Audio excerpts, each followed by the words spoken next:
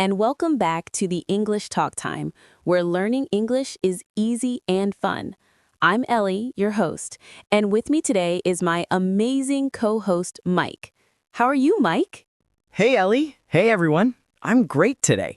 We're so excited to have you here with us, especially because today's topic is a very important episode.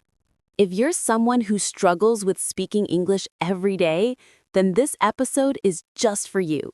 But before we start, everyone, please remember to subscribe to our channel, click the like button, and share our podcast with your friends and family. It really helps us a lot. And don't forget, please, practice makes perfect. So that's the only way to learn English. Let's get started with conversation. Excuse me, hello, teacher. I'm sorry to bother you. I have a question. Oh, hello, Mike. What's that question you want to ask me? Yeah, thank you. What happens is that I'm having trouble improving my English. Well, you're not bad. In fact, you did well in the last exam. What's the matter? Probably, but it's not enough. I mean, I need to improve my English soon. I've already told you, you only need to practice. That way, you'll improve your language skills. What happens is that I need to get a better job and I need to speak very good English for that. Please, I need your help. I can listen and understand, but I can't speak fluently. I see. Well, it comes with time, but I guess I can give you some tips. Are you taking notes of new vocabulary we learn here in class? Every day I do, but that doesn't work for me. I take notes of all the new words, but then I don't use them. Then that's what you're doing wrong. It's not just about taking notes, Marco. You need to use those new words you wrote. If you don't, then what good is that? Work on building your vocabulary every day by choosing new words.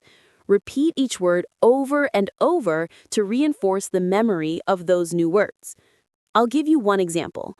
Imagine you've learned the word house today. Then use it in a sentence. For example, my house is beautiful. Associate this new word with other words. Yeah, I remember you told us something about that last time. Associate new vocabulary. Exactly. That's the best way to learn new words in English. You know, people think translating a word is enough, but it's useless if you're not able to use that new word. That's why you have to incorporate new vocabulary into your real life. I think I get it. It's not enough to know what something means, a word. If we don't use it, we'll forget it, right? That's right. That's how you get to speak advanced English. Learning new words and using them in your real life. Please never forget this tip. It's important. Wow, that's an excellent tip, Ellie. I need more, please, more tips. Well, another thing that worked for me was to surround yourself with English. And you don't need to be in an English-speaking country to do that.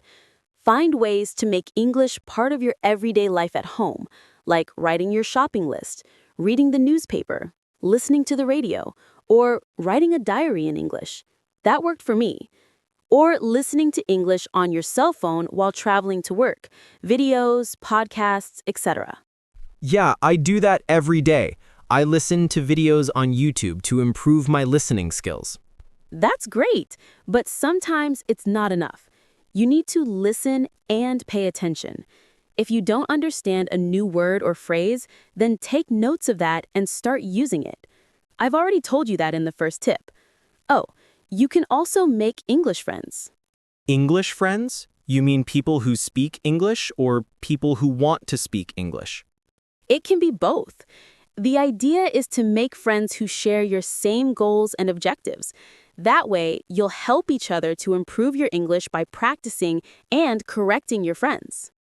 I see, but I told my friends to practice last time and they were motivated at first, but then... I know. That also happened to me. They're motivated at first, but then they give up. And that's normal, because this is not something easy to do. It takes hard work, and not all of our friends are as motivated as we are, Mike. Keep that in mind. Oh, before I forget, motivation is good, but it's not everything. Being motivated is good to start doing something, but you can't be motivated all the time. And when there's a lack of motivation, you need something really important: discipline. Discipline? I am disciplined. I always do my homework and projects on time. Yeah, but that's because if you don't do them, you'll probably get a bad score, right? Being disciplined means committing yourself, doing what you have to do even if you don't want to. Oh, I think I get it. I have a question. Is it really necessary to read books in English? Read everything you can get your hands on: classic literature, paperbacks, newspapers, websites, emails, your social media feeds, cereal boxes. If it's in English, read it. Why? Because that content will be full of juicy new vocabulary, as well as words you already know. This helps you improve quickly. Reading gives you real examples of vocabulary in context. It's not necessary to read boring books about culture, history, or drama if you don't like them. Read whatever you want, even if it's a comic book. Excellent. I was worried about that. I don't like reading books. That's okay. Also, find fun ways to learn new words. That helps a lot. Not everyone learns the same way, you know. Some people like to read, others like to watch videos. If you like singing, look up the lyrics for your favorite English songs, rock, ballads, whatever. Or if you remember better what you see, write new words on sticky notes and put them around the house. Make fun example sentences or draw little pictures next to new vocabulary to help you remember it. I like that idea. And well, I like listening to music too. I can do that. But remember, making it fun doesn't mean it's not serious. You have to be disciplined anyway. I get it. And teacher, one question. How often should I study or practice? I mean, I study English every day, but somebody told me that's not good. So, how often? It all depends on you. Look, I've been teaching English for more than 15 years, so let me tell you something I've learned. The important thing is how much you can handle. Some people get stressed very easily, while others can handle hard work and pressure normally. So if you can practice all day, that's perfect.